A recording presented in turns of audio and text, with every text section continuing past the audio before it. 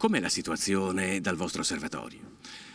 Allora, è un osservatorio interessante perché noi siamo un po' diffusi sul territorio veneziano, parliamo naturalmente della Venezia e delle isole del centro storico.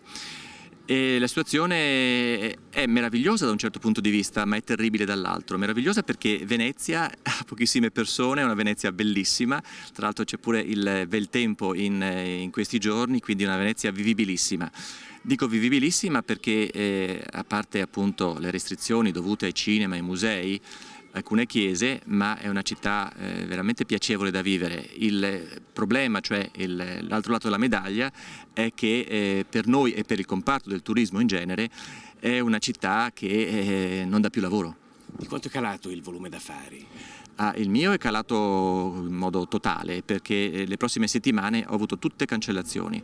Non è un periodo di altissima stagione, lo sappiamo, però comunque si lavora sempre a Venezia e il futuro a brevissimo è un futuro totalmente di non lavoro, non solo per me ma per molti dei miei colleghi. Chi non sta più venendo? Chi sta cancellando le visite? Un po' tutti, italiani e stranieri?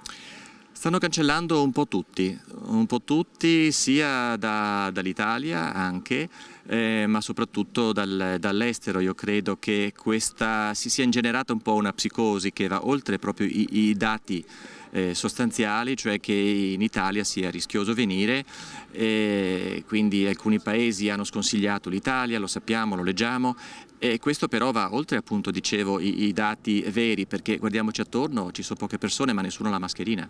Cioè noi continuiamo a frequentarci, non succede niente, quindi diciamo che questo ha creato un grosso colpo all'economia turistica veneziana e bisogna dire che Venezia ha questo problema che soprattutto nell'ultimo periodo il turismo è diventato l'unica